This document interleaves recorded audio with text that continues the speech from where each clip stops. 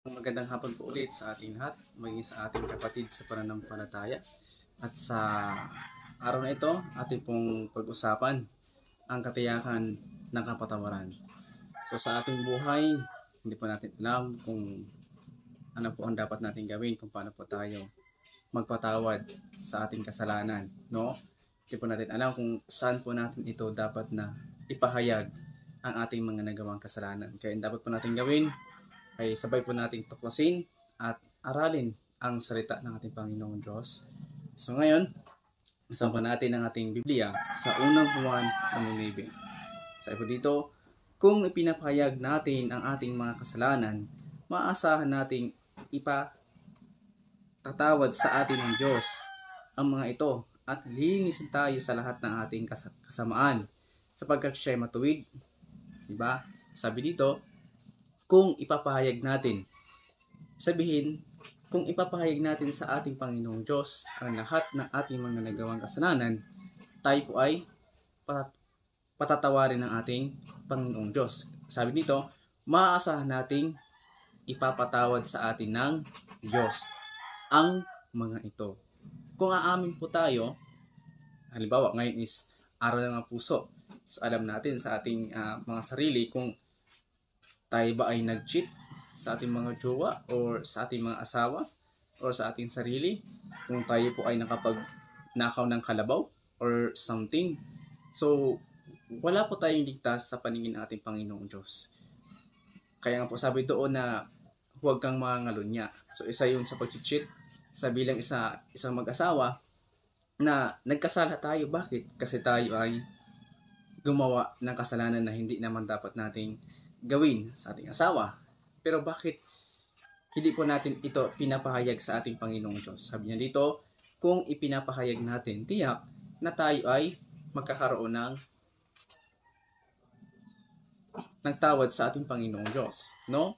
Sabi kasi dito na maasahan nating ipapatawad sa atin ng Diyos ang ating mga kasalanan. At bukod sa tayo ay patatawarin ng ating Diyos, sabi ito, lilinisin tayo sa lahat ng ating kasamaan. Sabihin, lilinisin tayo ng Panginoong Diyos kung tayo ay naging tapat sa ating mga sarili. Marunong tayo magpahayag. Hindi dapat sa tao tayo magpapahayag, kundi ang dapat po natin gawin is sa Panginoong Diyos po natin ipapahayag ang ating mga kasalanan. Bakit? Pag sa tao, example na lang, pag nagpahayag tayo, pag umamin tayo, ako ay nagkasala sa iyo. Pero merong ibang feedback kapag sinabi mo sa tao. Yung tao naman na pinagsabihan mo, ipinagkakalat naman sa iba. So, hindi po yung tama. Pero ang dapat natin gawin, una, sabihin natin sa Panginoong Diyos. Ipahayag natin sa Kanya ang ating mga nagawang kasalanan. Bakit? Sapagkat ang Diyos po ay tapat at ibig sabihin, ang Diyos hindi po yan nagsisinungaling. Ang Diyos po ay laging totoo at tapat siya sa ating buhay. So, basahin po natin sa Gawa 19:18. So, sabi po dito, marami sa mga sumasampalataya ang dumating at nagpahayag ng mga dati nilang gawain. Ibig sabihin, pag tayo ay sumasampalataya, hindi po tayo nagpapahayag sa tao. Kundi, ang dapat po natin gawin, nagpapahayag po tayo sa ating Panginoong Diyos. Bakit? Alam po kasi ng Diyos yung ating laman ng ating puso at ang ating isipan. Ibig sabihin, wala po tayong ligtas. Kaya, pag tayo ay anak ng Diyos, dapat marunong tayo magtapat ng ating mga kasalanan. Kaya nga, dapat natin ipahayag yung ating mga nagawang kasalanan.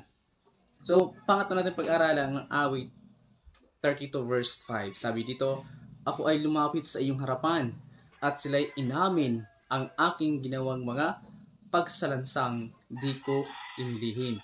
Dapat bilang isang Kristiyano, dapat hindi po tayo maglilihim. No? Kasi kahit anong lihim natin, alam po ng Panginoong Diyos ang ating ginagawa. Sabihin, wala po exalted, kundi busisi ng Panginoong Diyos sa ating laman ng puso natin. No? Nag-cheat tayo sa ating asawa, hindi po maganda. Bakit? Kung Kristiyano ka, dapat yung salita ng Panginoong Diyos at ang kalooban ng Panginoong Diyos ang ating sinasabuhay. No? Bakit? Kasi pag Kristiyano tayo, iwan natin lahat ng ating mga kasalanan. dati nating buhay, yung pagkatao, kundi suot na natin yung ating mga bagong pagkatao na mula sa ating Panginoong Diyos. Kaya aminin natin. Pwede natin amin sa ating asawa o sa ating pastor. Pero una sa lahat, dapat sa Diyos po tayo umamin, no? Kasi pag once na, halimbawa sa isang asawa, pag hindi siya umamin, no? Nag-cheat na pala siya, nangabit na pala siya, pero hindi siya marunong magsalita. Bakit? Kasi pilit niyang inilihim. Kaya wala dapat tayong ipaglihim sa ating asawa o maging sa ating Panginoong Diyos. Bakit? Kasi dapat po natin ito na ipahayag sa Kanya. Bakit natin kailangan ipahayag? Upang tayo ay patatawarin ng Panginoong Diyos. At bukod pa doon, lilinisan tayo ng ating Panginoong Diyos sa ating mga kasalanan. Kaya tiyak na kapag tayo ay nagpahayag ng ating kasalanan sa ating Panginoong Diyos, makakaasa tayo na tayo ay patatawarin ng ating Panginoong Diyos. No? Kaya bilang isang Kristyano, dapat marunong tayong magsiyasat ng ating kasalanan sa ating Panginoong Diyos. Okay? So muli, hanggang dito lang, and happy Valentine's Day po sa inyo lahat. God bless.